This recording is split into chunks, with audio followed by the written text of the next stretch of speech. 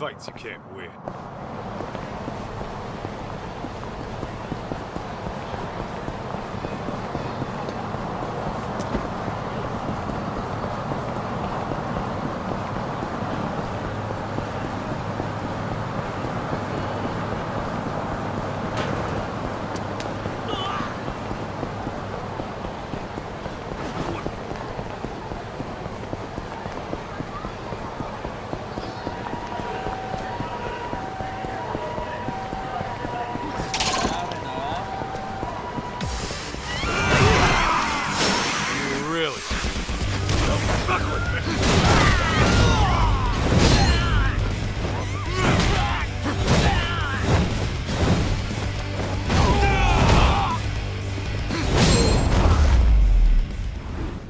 Got a little workout in, at least.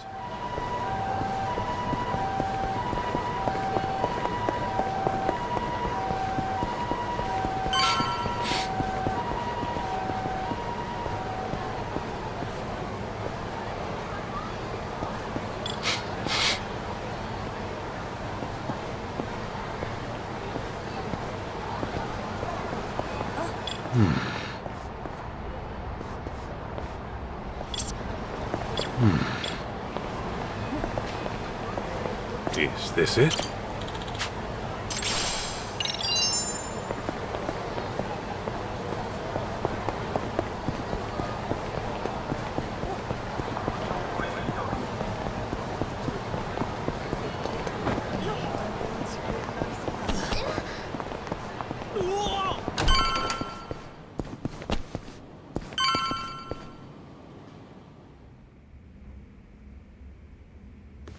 Oh, Kaito! Where's Mom? Don't worry, she got out all right. Turns out she never killed anyone either. What do you mean? Whew, that's good news. Glad to hear my mom's not a killer. We still don't know who the culprit is, though. And I'm running short on leads. Wait, then where is Mom now?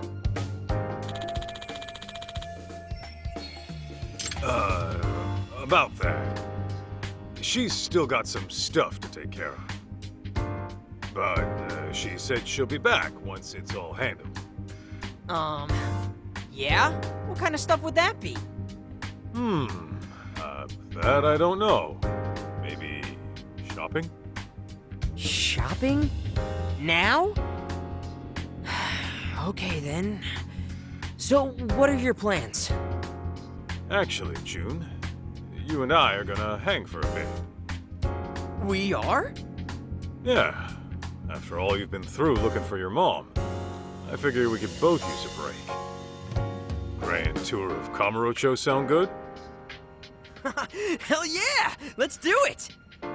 Then let's hit the streets. Okay!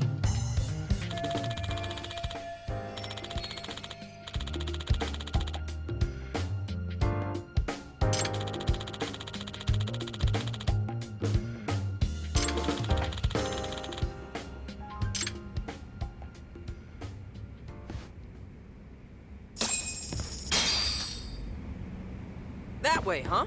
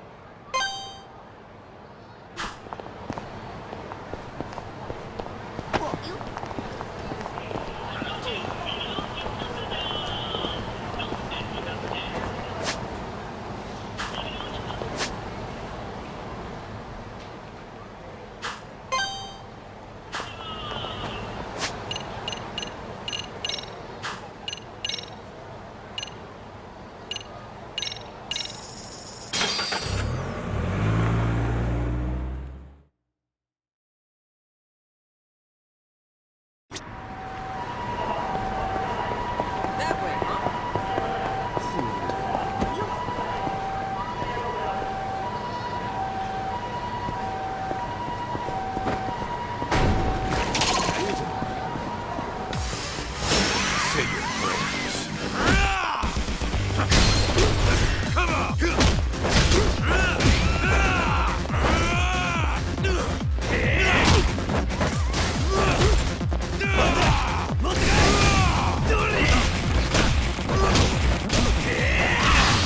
Kaito!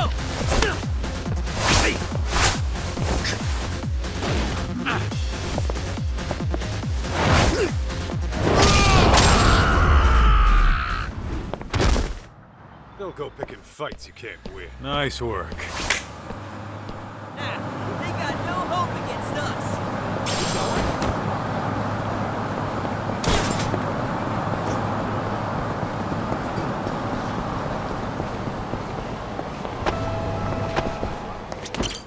いらっしゃいませ。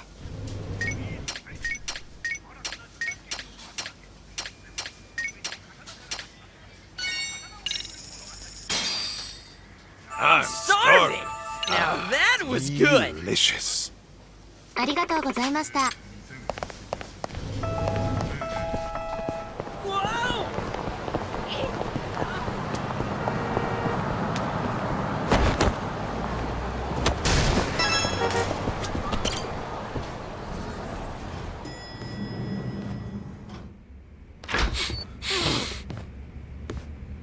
What the hell is that?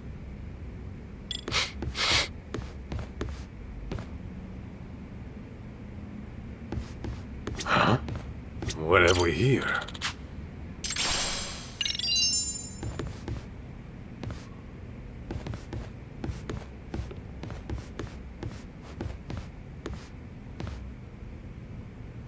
Is this it?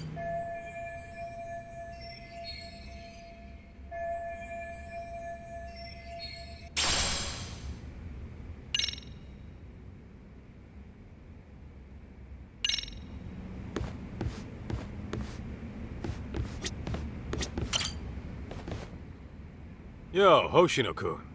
Flying solo today? Yeah, and Saori-san's gone out too. Oh? Who's this young man, Kaito-san? He's a client. Been looking for his mom. Wow. I'm impressed you came to make this request on your own. Even brought my own payment. A 20 million yen watch. 20 million? You're joking, right? Seems to be legit. His dad's the CEO of some huge venture company. Says he jacked it from his collection. Say, would you consider introducing me to your father? Does he need a legal consultant? Huh? Not the time, Hoshino-kun. Sorry, just a little lawyer humor.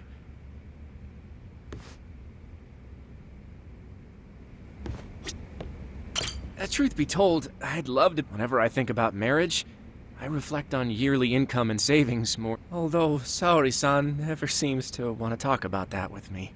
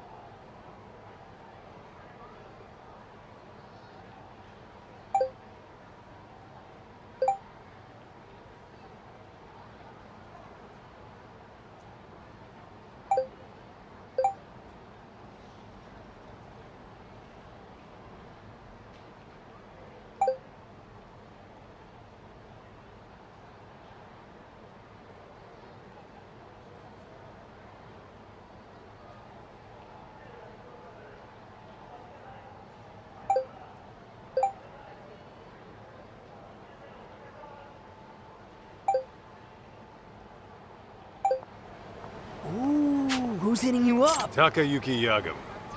I call him Tak. He's my boss and, sort of like a partner in the biz. Is he strong? Well, to an extent. But there's no way he can take me. I think. Whoa, he must be pretty tough, though, if you're working for him. Tough enough to count on in a pinch, yeah. I'll introduce you when I get the chance. Man, imagine seeing Kaito's boss in action. Sounds awesome.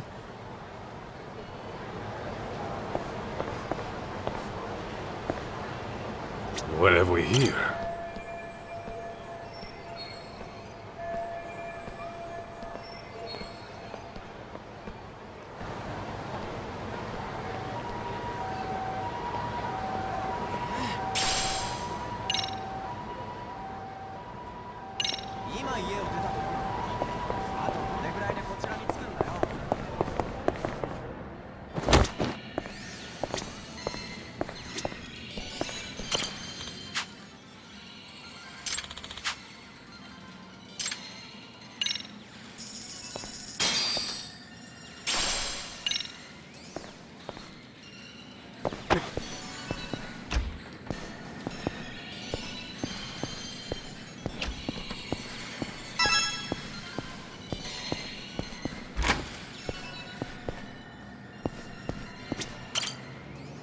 Yo, Higashi. Kaito Aniki, what's good? By the way, whose kid is that? Remember the kid who was making a ruckus at Charles? Voila. Ah, so this is him. Why is he with you then? Well, long story. We're looking for his mom. That'd be Mikiko. Whoa. Hang on, so he's Mikiko's son? Yep. And we found out she's still alive, too. No way! That's great! Hey, so this is Higashi-kun. You were in Mom's diary, too. He's like a little brother you just can't rely on. That's you, right? Hey, Mikiko-san really said that about me? She also wrote, he acts like a tough guy, but he's sweet if a little wimpy. Not sure he's cut out to be a Yakuza. What? Well, Higashi, next time you see Mikiko, show her what a badass manager you are and make her eat those words. You bet I will, Aniki. Aniki, if there's anything I can help out with, let me know.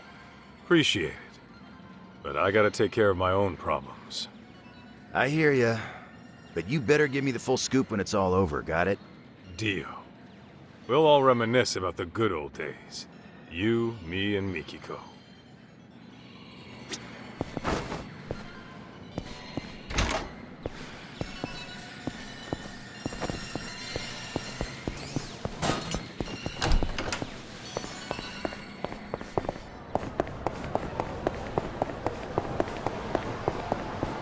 Wait up, Kaito!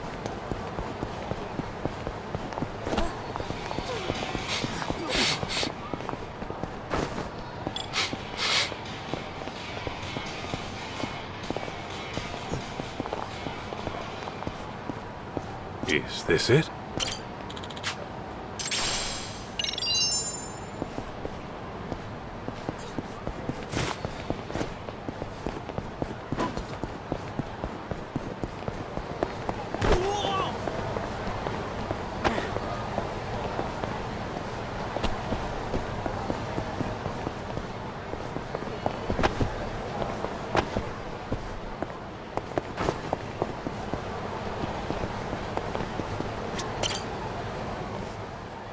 All finished up on your end, Kaito?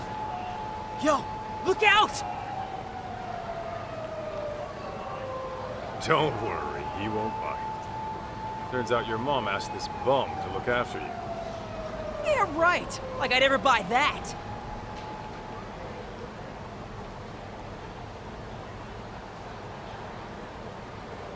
No frickin' way. Yeah, sorry. Didn't know you were Mikiko's kid when this all started. You tried to kidnap me on multiple occasions, by force! I hope you get struck by lightning! I was only doing my job. You should have just came along quietly. Seriously? Who'd be dumb enough to just go along with some shady Yakuza? You even have a brain in your head? What? Of course I do. You're the brainless one. All right, kids, settle down. Senda, don't we have places to be?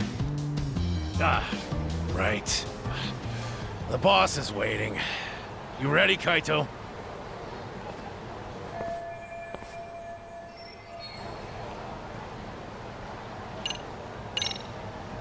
Good to go. Okay, let's hit the road. Oh, but the kid's gotta stay. Boss wants to talk mano a mano. That right. What? Why can't I come with? Because I said so, twerp. Jerk. Be that way.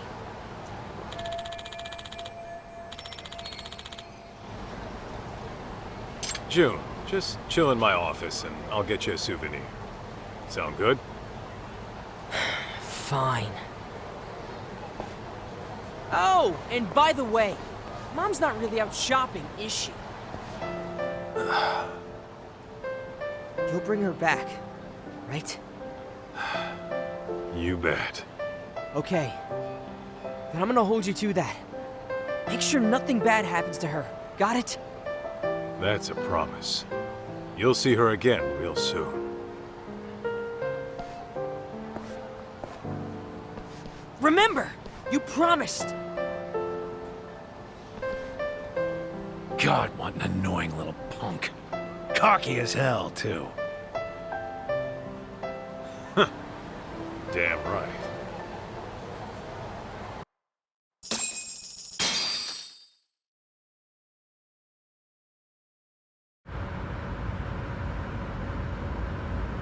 So, Igarashi, why Ijincho? Wasn't everything going down in Kamurocho? It just so happens that Rhizome, the precursor to Crimson Lotus, is having a reunion today. The venue's a hotel in Ijincho. And every founding member of that group will be there. At least the ones who are still alive. I'm guessing Mikiko wants every last one of them dead, doesn't she? Uh-huh. On top of that, her final target's also planning to show. The one she wants dead the most. You mean outside of Crimson Lotus? Who? The one going around killing the founders of Crimson Lotus before she can. What the hell are you talking about? Why'd Mikiko want to take out who's ever killing her enemies? They've got a common goal, don't they? Hell, you're a detective. Try using that old noggin of yours, why don't you? Primitive as you are, I'm sure you can piece it together, knowing what you know. Plus, Ijincho's an hour away. How about we make like detectives and go over what we know? Yeah, sounds a bit too buddy-buddy for me.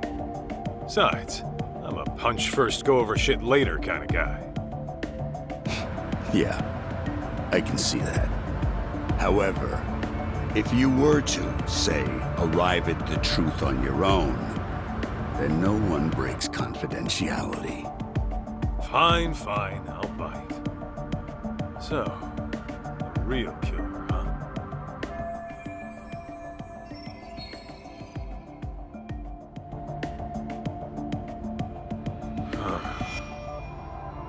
There is one thing that's been bugging me.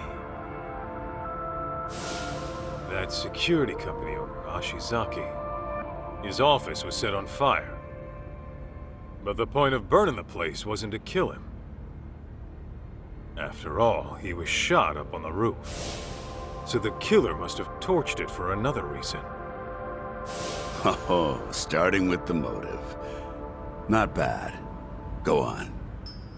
So there's our problem. Why would the killer want to burn the office?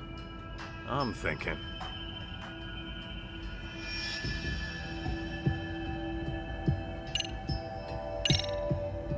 There was some evidence that would incriminate the killer. so they burned the place to get rid of it. Interesting. And? I think I know just what the killer was trying to hide.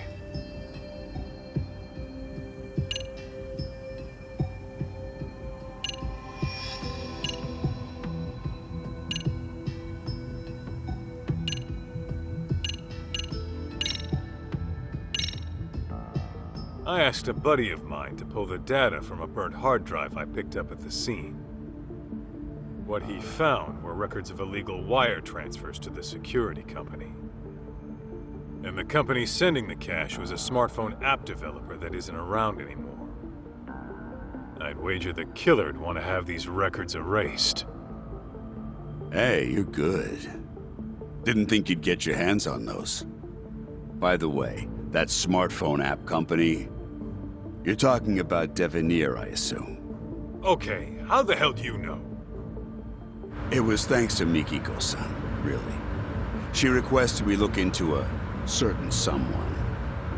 Over the course of our investigation, we learned about a dummy company called Devenir.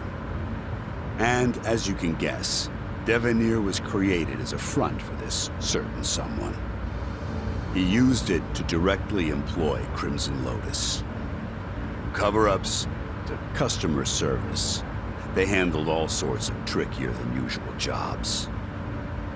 So you're saying this guy's the one who's been killing off the Crimson Lotus founders? That's exactly what I'm saying. Now, who could it be? Here's a hint. Mikiko-san approached us anonymously. Why do you think she'd do that? Well, you guys could have broken confidentiality and let it slip that she was alive, right? After all, her plan was to take out Crimson Lotus without leaving a trace. Sure, but that's just one reason. There's someone aside from Crimson Lotus who she doesn't want knowing she's alive. As a matter of fact, Mikiko-san never even contacted this person about it.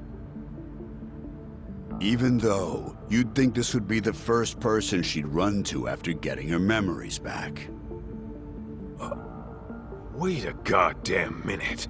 All coming together.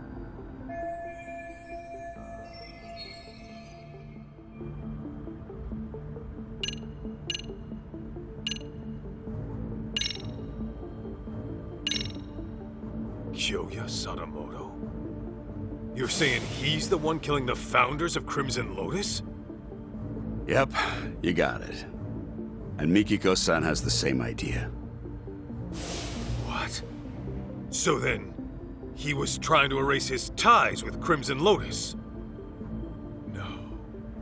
No, hang on. Crimson Lotus's founders were the ones who set fire to Mikiko's family's house. Why the hell would Sadamoto have connections with the guys who burned his wife's family alive? Oh, so you picked up on that. Then you'll like this next bit. Sadamoto's dummy company, Devenir. It had records from 17 years ago of illicit wire transfers to Ashizaki's security company. Know what that means? Yeah, I figured that out too. Actually, it's weird. 17 years is way before Mikiko and Sadamoto got married. But Sadamoto and Crimson Lotus were connected back then, right? So what the hell's going on? Just think of it like this. The Natsume family arson falls under questionable ties between Sadamoto and Crimson Lotus. That would mean... Oh, that's crazy! Sadamoto was involved in the arson? Bingo. What happened 2 years ago was Mikiko-san learned the truth. And Sadamoto and Crimson Lotus tried to silence her. All right, Igarashi. No more guessing games.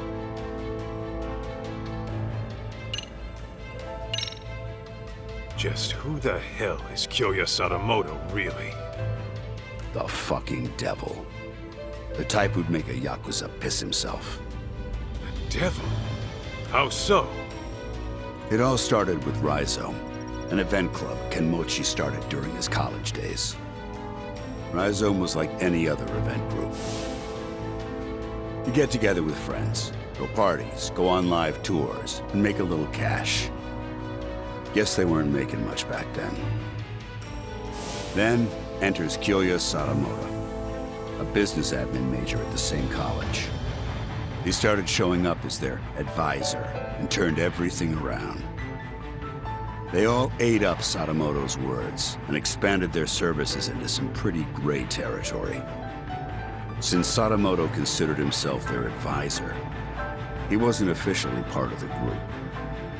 But his talent, his accomplishments, and charisma had them wrapped around his finger. And that Rhizome bunch went on to found Crimson Lotus? Yeah, mainly around Kenmochi. Sadamoto already started his own business as a student. By the time he graduated, he was asking Crimson Lotus to do his dirty work. On the outside, he ran his business like some typical ambitious startup. But I'm sure he had guys coming after him.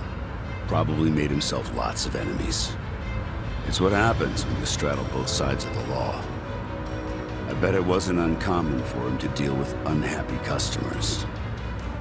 Yes, it must have been convenient having his own personal cleanup crew. Bet your ass it was. Sadamoto's company saw steady growth because of it. But eventually, that growth started to fizzle out.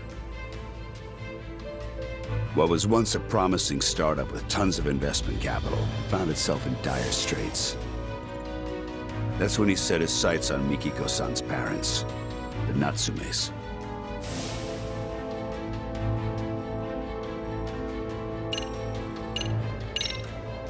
So you're saying you know for sure Sadamoto had a hand in the arson? Yes. Though it'd be more accurate to say he was the primary offender. It was about 15 years ago. Sadamoto heard about a property development plan from Kenmochi, who was a real estate broker at the time. Would have been a mighty lucrative deal, but the Natsumes were the only ones who wouldn't sell. Which led to threats and burning the place down. Classic land shark bullshit. If only it had stopped at that. Now listen. What makes Sadamoto such a devil is what he did with the info Kenmochi brought him. He reworked it into a plan to fix all of his own company's problems in one fell swoop. How's that work? Kaito, the Natsume family was one of the richest in the area. If you include their property and stocks, they were worth tens of billions in assets. And since Sadamoto was struggling with funds at the time, he decided to help himself to that fortune. But he couldn't pull that off in this... No way! Yeah. Marrying Mikiko-san was all part of his master plan. That's... insane! Clearly, the man has a way with people. Call it an uncanny knack for charm. His college circles treat him like a guru. They say he's a living legend. Even his company seems to be under his spell. And as we know, Crimson Lotus was always ready and willing to take up any of his dirty jobs. So, you can see now how the Natsumes must have fallen for his honest young businessman facade. After he had the parents eating out of his palm, he discovered their younger daughter had a stalker, while the older one was dating a Yakuza. Wait, what do I have to do with this? You should know, Kaito. Sadamoto used you too. Me?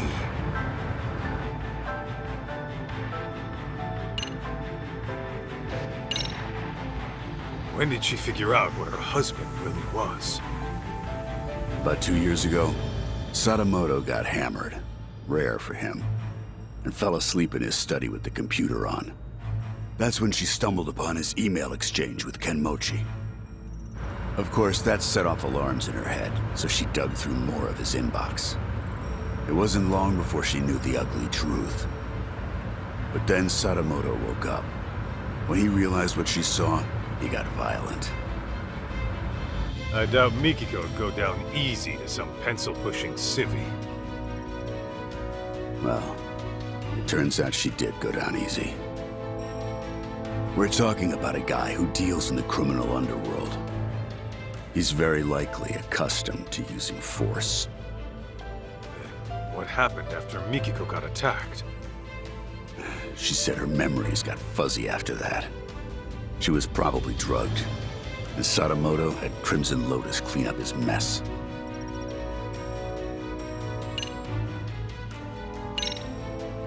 How the hell could Sadamoto use me at any point in time? Well, when Mikiko-san first met him, she told him she was seeing someone and thinking of marriage. Now, how do you think he responded to it? Surprise, surprise. He actually supported it. He did? Well, he figured if you were serious about her, you'd quit the Yakuza. If you needed cash, he'd go convince her parents. If it was a lawyer you needed, he would have arranged one. He had lots of reasonable suggestions. He really offered all that? I'm sure Sadamoto knew how hard it was for a Yakuza to leave the life. Not to mention, the Matsugane family had its own problems at the time, right? In any case, he knew you were locked in, and convinced Mikiko-san of the same. You both did exactly what he wanted.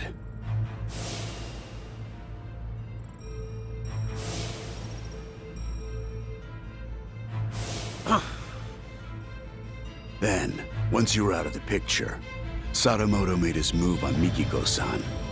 I imagine her parents might have even encouraged it. And after the marriage was official, Sadamoto simply had to bide his time until the Natsume house burned down and their fortune was his to claim. Guy's a monster in human skin, right? And it seems his marriage was more of a shotgun wedding. I'm almost certain the kid was conceived as part of the plan to push her into marrying him. In other words, June was nothing more to Sadamoto than a tool for making money.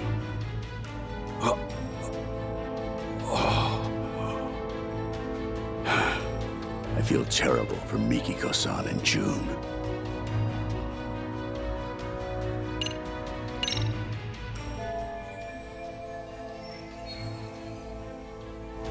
Gotta say, I'm impressed you did all that research. No wonder you called yourselves Tojo Clan R&D. Well, that's what happens when you know society like the back of your hand. The whole R&D thing might have been my idea. But it's only because we know our shit. All right. So, how's it feel? That asshole Sadamoto played you like a fiddle and tore you apart from the woman you loved. It doesn't matter. I made my choice. Ha! That's the lamest shit I ever heard. I thought you'd blow a fuse. That said, I'll feel a hell of a lot better if I can just clock him one time real good. Hell yeah, that's what I'm talking about. Go knock his goddamn lights out.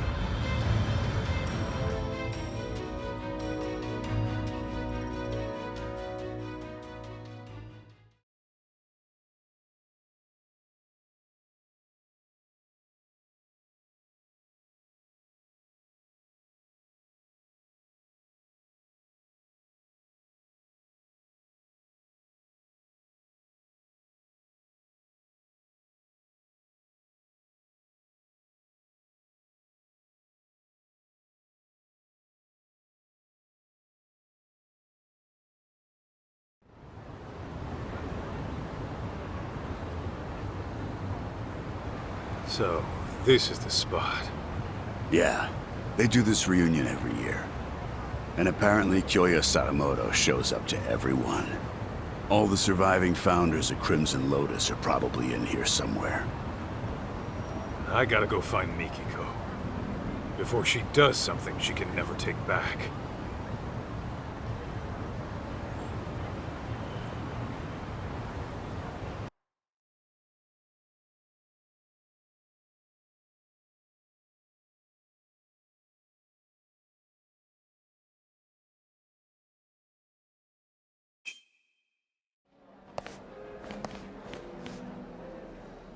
receptionist. Guess you gotta have connections to get in. What's the plan, Kaito? Gonna roll the way a detective rolls.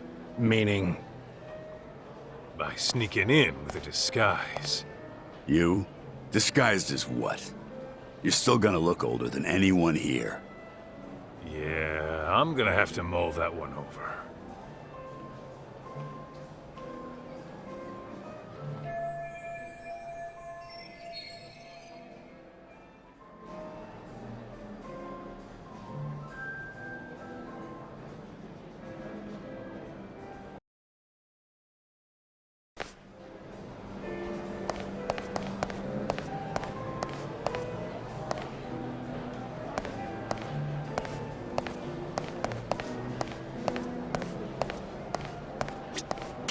What's happening over I'm here? keeping watch in case Mikiko-san arrives. Gotcha. I guess there is a chance she'd pass by. Let me know if you need a hand, Kaito. Boss said I ought to help. Okay. Might take you up on that.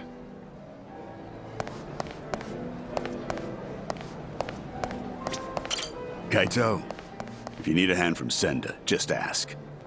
He'll do anything for Got Miki. it. Thanks.